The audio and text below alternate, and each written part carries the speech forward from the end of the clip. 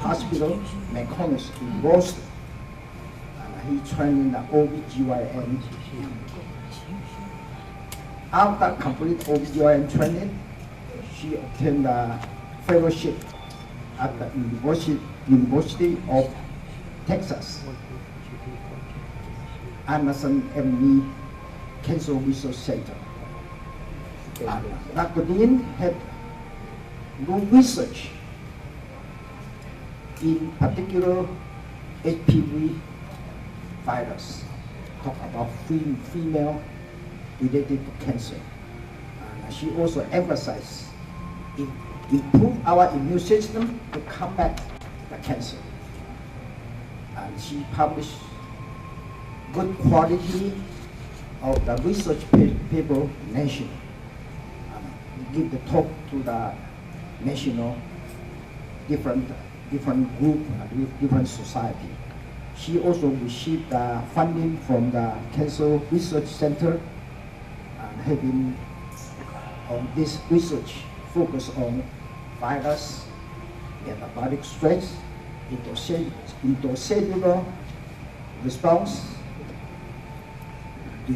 related to the cancer development. I think this is a very unique vision, that people focus on. I believe she is going to talk about HPV virus, not particularly the female. More have some the vaccine. We always recommend the young female, particular sexual active, to have this vaccine. Right? We are going to talk about this. So I will give this microphone to Dr. Dean, and please join me to welcome her. Thank you.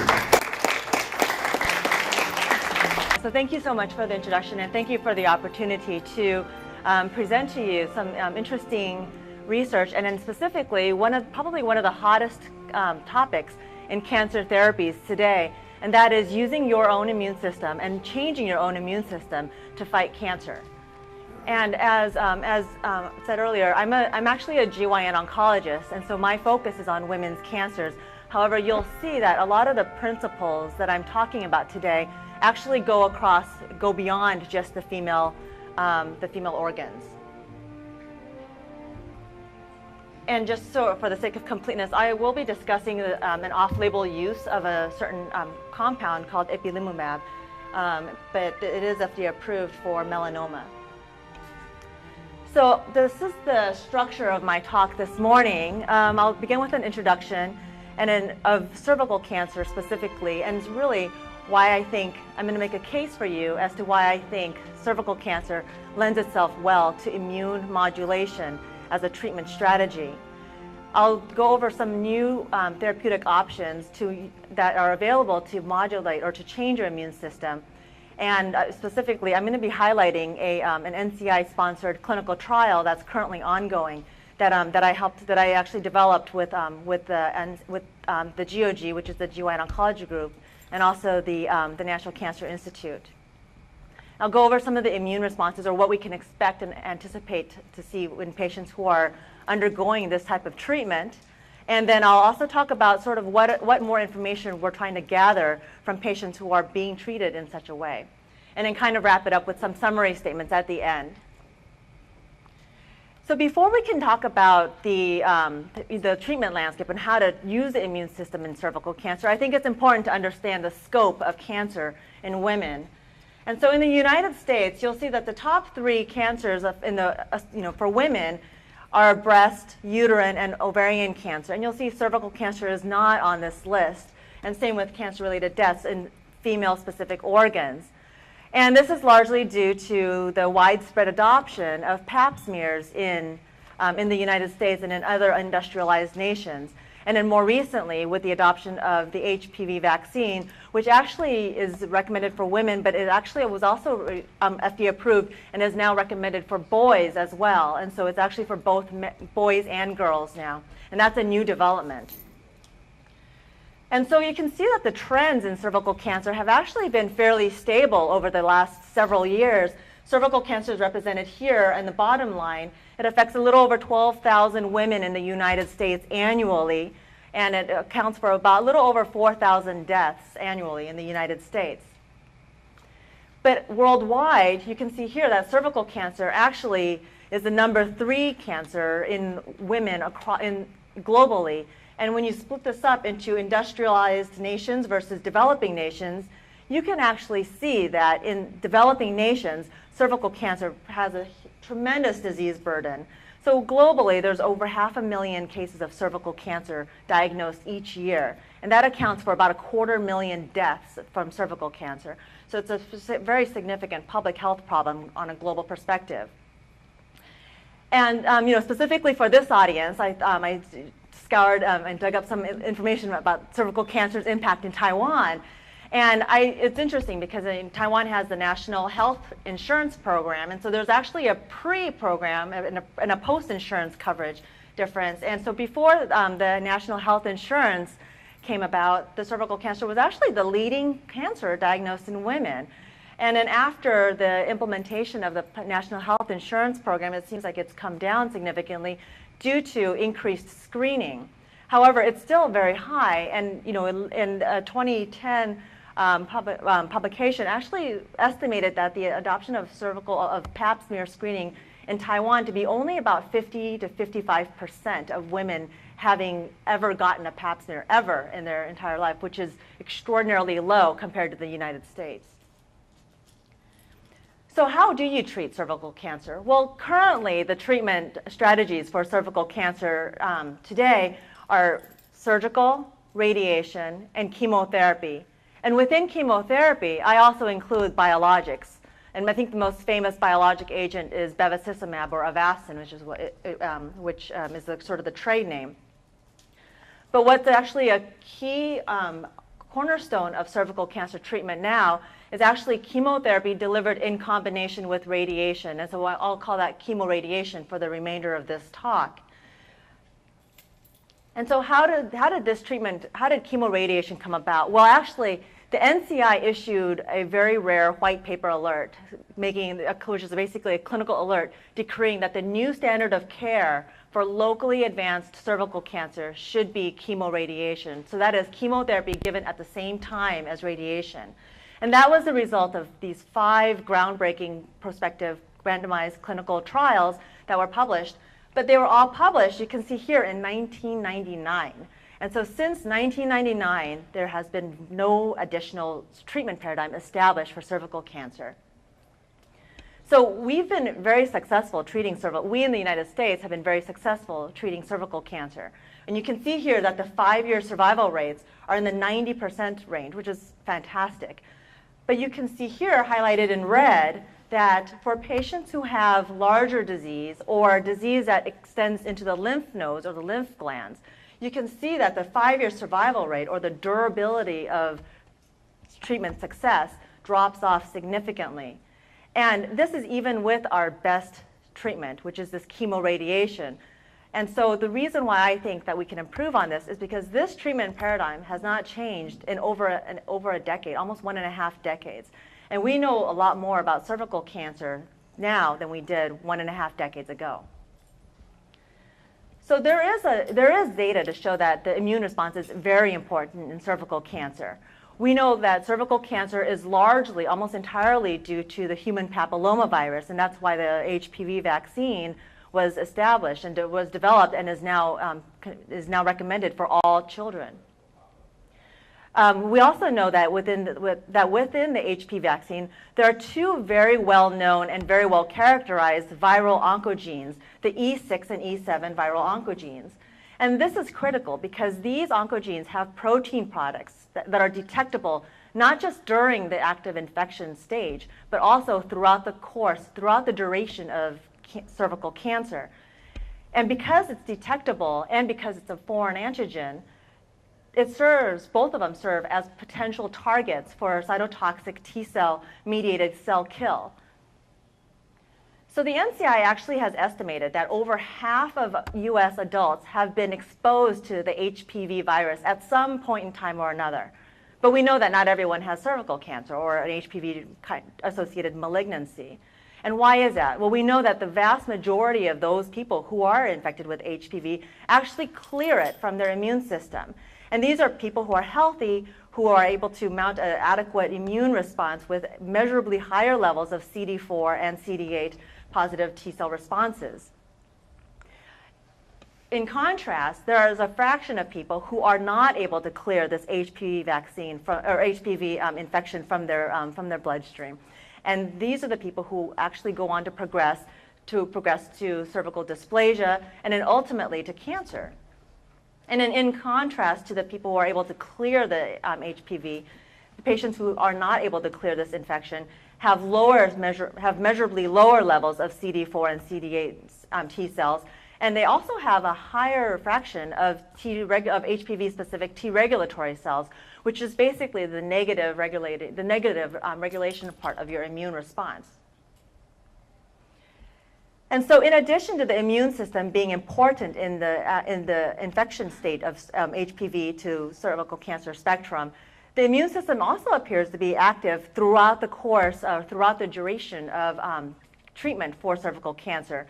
And so going back to chemoradiation as sort of your staple treatment for cervical cancer, you can envision that once cervical cancer develops, because it's HPV driven, you have a lot of cervical cancer cells that are loaded with HPV or this foreign viral product. Once you deliver chemoradiation to the cancer cells, those cancer cells lyse, they break open, they die. And when they die, they release all of these viral antigens, which then get picked up by these antigen-presenting cells or the dendritic or Langerhans cells.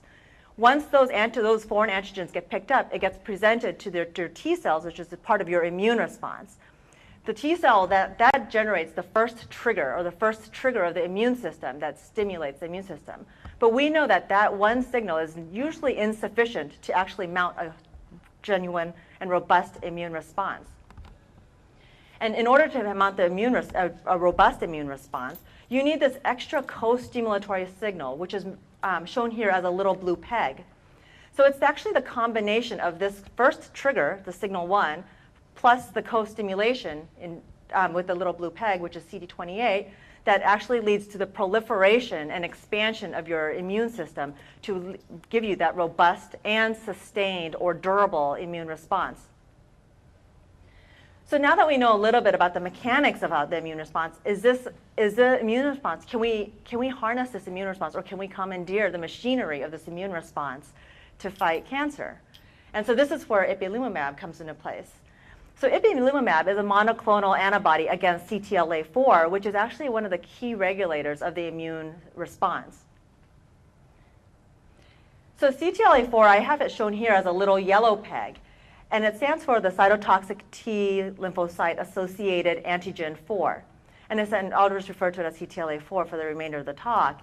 But what it is it serves as sort of your endogenous or your native brakes of your immune response. So you can imagine that once your body is done fighting whatever infection, fighting whatever foreign antigen it needs, your body needs to be able to turn off its immune response when it's appropriate to do so. And that's what the purpose of CTLA-4 is. So once the body is done, CTLA-4, which is this little yellow peg, displaces that blue co-stimulatory molecule. And the end result of that is that your immune system is done. It turns off. When you have ipilimumab, when you're treated with ipilimumab, the ipilimumab blocks that CTLA-4, thereby preventing the turning off mechanism of your immune response. And the end result of that is a perpetuation or an extended duration of your immune response. And so we feel that this immune response, this extended duration of the immune response, can be used to fight cervical cancer. Now, is there any data for that?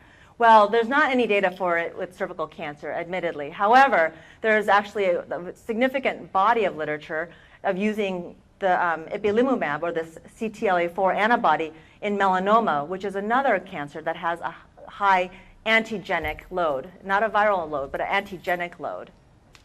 And it's also being studied actively in several other human cancers, as you can see here, prostate, renal, et cetera. And if you look on clinicaltrials.gov, there's probably about almost 80 clinical trials that are active in using ipilimumab. So these are some of the pivotal phase 2 studies using ipilimumab in melanoma, and these are some of the data that actually led to its development into phase 3 studies, and then ultimately to FDA approval in 2011. And what you can see here is that each line represents a specific phase 2 trial, and they're all in melanoma. But what's interesting here is not just simply that the overall response rate is in the 4 to 16% range, which is decent for melanoma, but it's not outstanding. But what got people excited about ipilimumab was that in this population of patients with advanced melanoma, which carries a terrible prognosis, you actually have patients who have overall survival rates in the 10 to 20 month range.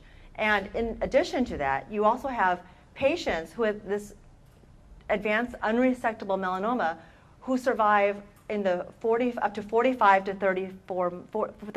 45 months. So almost 4 years of survival with advanced unresectable melanoma, which was up until now pretty much unheard of.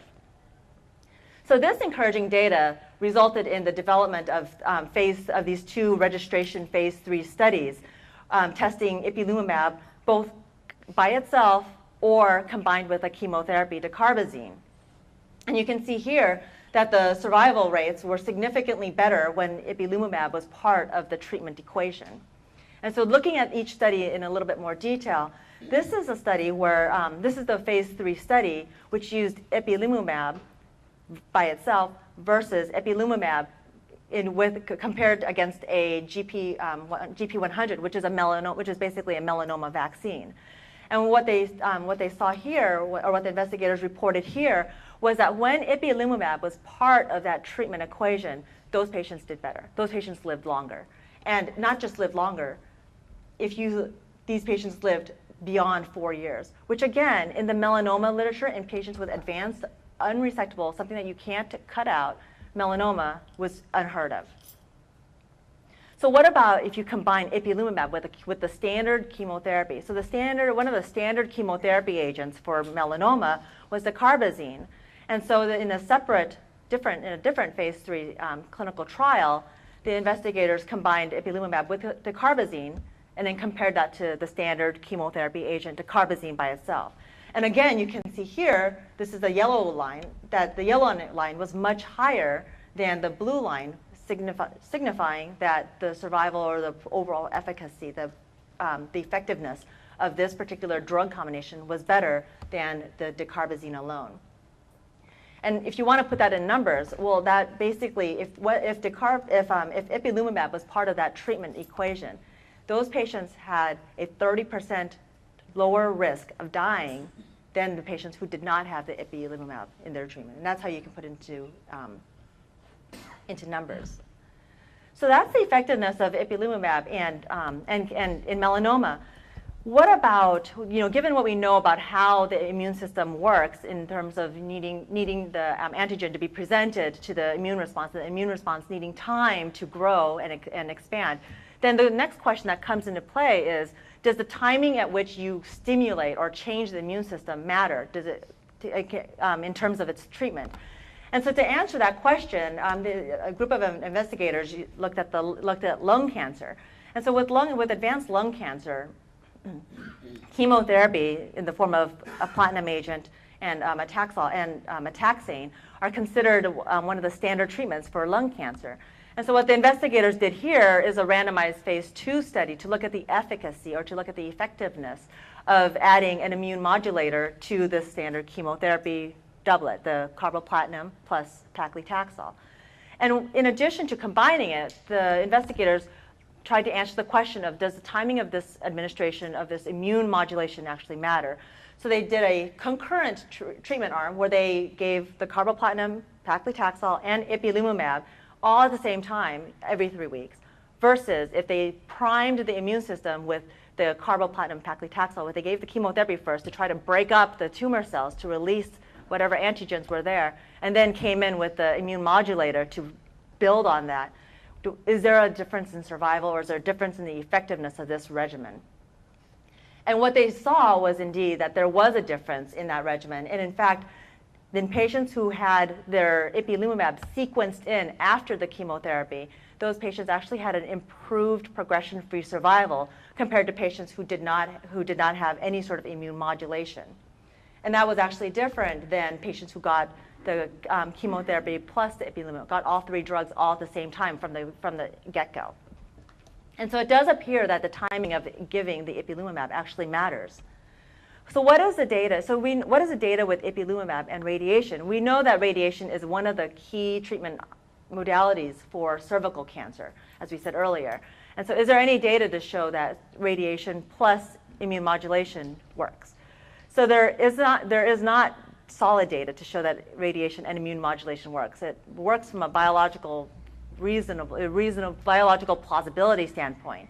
But there are actually a number of case series and case reports of something called the abscopal effect, which suggests that radiation and immune modulation, that radiation does stimulate some sort of an immune modulatory effect.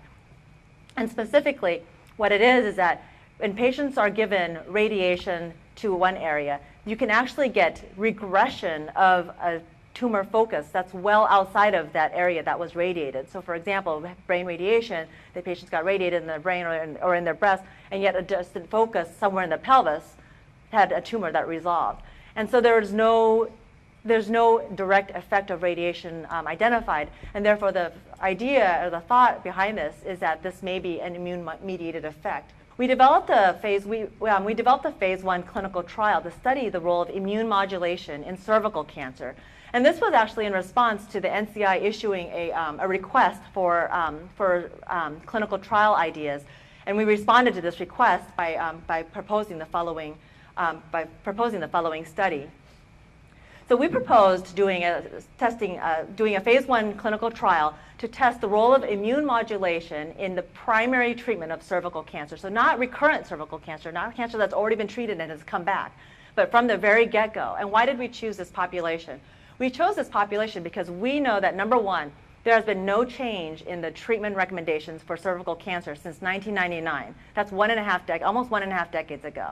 And then number two, we know that even with chemoradiation, there's a significant group of women who don't enjoy that robust 5-year durable survival. And those are the people who are at a high risk for recurring even after the best we can offer, which is that chemoradiation. And these are the patients who have large tumors, and also patients who have tumors that are outside of the cervix and have already gone into the lymph nodes. So those would be your high-risk patients. In addition, because of how we know that ipilimumab works, we excluded patients who have any sort of pre-existing autoimmune, pre-existing immune disorders for obvious reasons. And so because this is a phase 1 trial, there's a standard dose escalation phase where we're trying to identify either the maximum tolerated dose and also better understand the toxicities associated with this type of treatment strategy. So because the standard of care is chemo plus radiation or chemoradiation, all patients will actually undergo their standard chemoradiation. And we're using that chemoradiation as a priming event to break open the tumor cells and expose the immune system to those HPV viral antigens. After the chemoradiation is completed, then we will start the immune modulation at one of the following 3 dose levels. Because this is a phase 1 trial, the clinical endpoints or the primary outcomes of this particular study is to identify the safest dose to bring on to the next stage of study. But in addition to that, in addition to identifying sort of the clinical endpoints, one of the key aspects actually of every single clinical trial is to try to gather as much information as we can about every single patient who's on this trial. And because of that, what we're proposing is a number of what we call translational endpoints, or endpoints to try to understand more about the immune machinery. And specifically, what we want to know is the rate at which the immune system gets activated, because nobody actually really knows how long does it take for the immune system to kick in or to expand, and how long does that expansion last. And so that information is actually not known, and that's actually one of the goals of this particular study. And so because this is a new type of treatment strategy, we can expect that the immune, or the types of responses, or the types of clinical responses from this clinical trial are probably not the standard clinical outcomes that we see. And so what kind of outcomes can we see? Well, so this is actually a patient, not a cervical cancer patient, but a melanoma patient who was undergoing treatment with this immune modulator. And as you can see here, the patient's liver scan is essentially clean with no gross lesions pre-treatment, despite having widespread melanoma. And then after the ipilimumab treatment, when you look at this CT scan with all these dark holes inside, with all these dark circles inside this liver, which is the whitish triangle in the upper left corner, that would be ordinarily very worrisome for the cancer growing and spreading. However, because we know that the immune system needs time to work and it needs time to expand, if you do another CT scan of the same exact patient 8 weeks later, you can see that there's a huge difference between here and here, with the regression or improvement of those dark holes within the liver. And further treatment with ipilimumab actually results in complete regression. And so this kind of a CT response, it was something very unique and very specific to immune modulating therapies. And it's something to be very, very aware of, so that treatments are not prematurely stopped. And so, as I was saying earlier, so there are standard responses, or standard radiographic responses to chemotherapy, to typical chemotherapy drugs for patients who are getting treated for cancer. And those conventional responses are, as you can see here in the first graph, there's an obvious drop in the tumor volume. Or the other response is maybe a slower drop where the drug doesn't work right away, or the cancer doesn't respond right away, and then eventually it does respond. But some of the novel, what they're calling the novel immune responses to immune modulatory therapy, are what was shown in the previous CT scan, and that is an initial increase in the tumor volume, which would ordinarily be very, very worrisome. But then you see here, there's a significant and a precipitous drop in the tumor volume right afterwards. And then similarly, an apparent increase in the appearance of new lesions, but then there's an overall decrease in the lesions and the tumor burden. And so it's really important to be aware of these immune responses so that treatments are not prematurely stopped. And so similar to how there are specific and very specific immune responses to this kind of immune therapy, there are also very specific immune-related side effects. And so you can envision that some of the side effects are all kind of related to the immune system. So a rash is probably the most common, with about a quarter of the patients reporting some kind of a skin toxicity or some kind of a rash. And then the other most common toxicity encountered with this kind of treatment is diarrhea or colitis. And then some of the more rare immune-mediated side effects are listed below. And then, just as it can take a long time before you can see an improvement in the lesions on the CT scan, you can also have the development of these immune-related side effects occur much later than you would have ordinarily anticipated. So classically, when the patient is getting chemotherapy, they get the chemotherapy. Maybe one day later, they start to experience, maybe immediately or one day later, they start to experience the side effects of the chemotherapy, the diarrhea, the nausea, et cetera. Whereas with the immune modulatory therapies, they may not necessarily, and they oftentimes do not experience those acute or those quick side effects. And instead, the side effects can happen much later. And as you can see here, it can happen 9, 10, even 15 weeks after the immune treatment is already finished. And so that's why it's especially important to be extremely vigilant in patients who are undergoing this kind of treatment. And so similar to how these treatments immune-related side effects can take a long time before they show up, they can also take a long time to completely resolve. And as you can see here, some of those endocrine-related side effects can take up to 20 weeks to resolve, so 4 to 5 months. And so again, it's important to be extremely vigilant in any patient who has received any kind of immune modulatory therapy. And so I think one of the things that comes into mind is, well, if a patient is having a lot of immune-related side effects, does that mean that their immune system is more robust and ready to respond and more able to respond? And does that predict how well the cancer itself is responding to this immune therapy? And there's some data to suggest that that might be the case. It's not firm data, but it's some data to suggest it might be the case. And so these are 3 separate trials that used this immune modulatory agent. The white bar represents those patients who actually reported grade 3 to 4 toxicities. And the black bars represent those patients who did not report those very severe autoimmune toxicities. And as you can see here, the y-axis represents their response rate to this immune modulation. And the patients, it appears that the patients who had kind of the more severe autoimmune responses also had a more robust response in terms of their tumor responding. And so again, this is sort of post hoc analysis, so you can't make any firm causation from this, but it's something that's definitely very intriguing. And so, as I mentioned with our currently ongoing clinical trial, we have a number of translational endpoints. And these translational endpoints are designed to maximize as much information as we can out of every single patient who willingly participates in this clinical trial. And so, because we don't know, because we, not just us, but kind of the scientific community as a whole, because we don't know the details of the immune response, we don't know how fast the immune response can turn on, we don't know how quickly it turns off afterwards, these are all some of the questions we're trying to answer. There is some data in some of the other trials that have been using ipilimumab, and specifically for here in the melanoma literature, they're studying the infiltration of T cells, of immune cells, into the tumor itself. And so this is a patient who received the ipilimumab treatment, and the investigators biopsied a chest wall tumor. And what they saw in this chest wall tumor that had shrunk after some treatment, they saw this infiltration or increase in the number of T cells, and they know that they're T cells because they did a stain to identify the T cells as such. And these are the little dark flecks within the tumor nodule itself.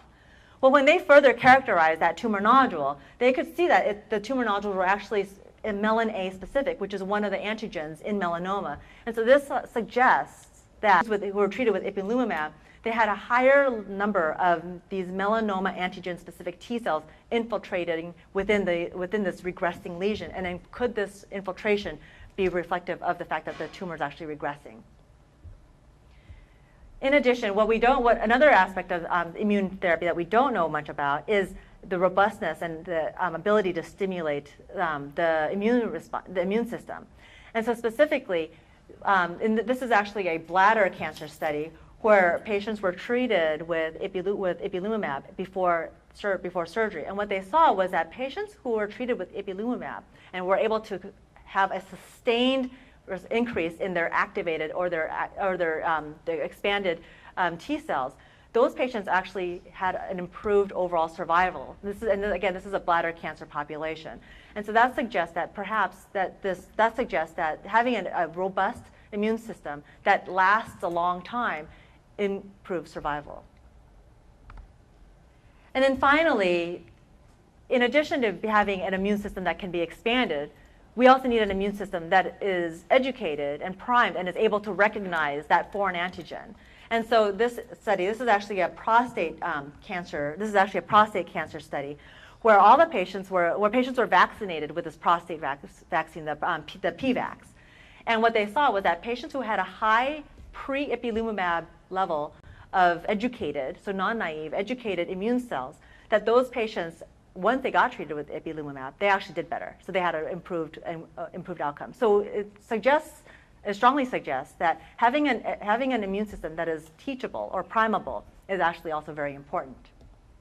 So what have we learned from all of this? And so what we've learned for cervical cancer specifically is that the immune response, or the immune system, is critical in every single stage of cervical cancer development, not just from the time of HPV infection, but also throughout the course of chemoradiation and also during the course of tumor progression. We also know that we can pharmacologically manipulate the immune system, and we can use this with and for this particular talk, I talked about ipilimumab.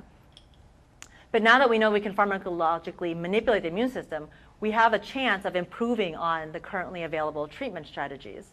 There are actually other ways to manipulate the immune system, and some of you may have heard of the PD-1 or the PD-L1 inhibitors, and those are also very, very new and exciting. There's still a great deal that we don't know about the immune system, and specifically, as I mentioned earlier, the kinetics of the immune system. We don't know how quickly it turns on. We don't know how quickly it turns off. We don't know how many viral antigens are needed in order to create that stimulation, in order to stimulate that immune response. But these are all questions that we're trying to answer as part of our study and as part of future studies. And in addition, I mentioned that that this is one important immune checkpoint or one important immune regulatory step. But we actually know that there are several regulatory steps throughout the immune system that turn on the immune system, turn off the immune system, help the cancer hide from the immune system, and then help the immune system identify and unmask the cancer. And so we don't know what is the ideal or what is the best checkpoint to kind of manipulate. And these are all questions that are that we're trying to answer. And then finally, of course, is trying to find the best patient who will benefit from this kind of therapy. The traditional strategy for clinical trials has been find as many patients as you can, treat them with the various combinations, and see which combination of drug works better. But what that does is, number one, it's hugely expensive, and number two, it hugely subjects patients to potentially harmful chemotherapy agents with all the side effects when that patient's biology may not have been appropriate for that kind of treatment, but we just didn't know.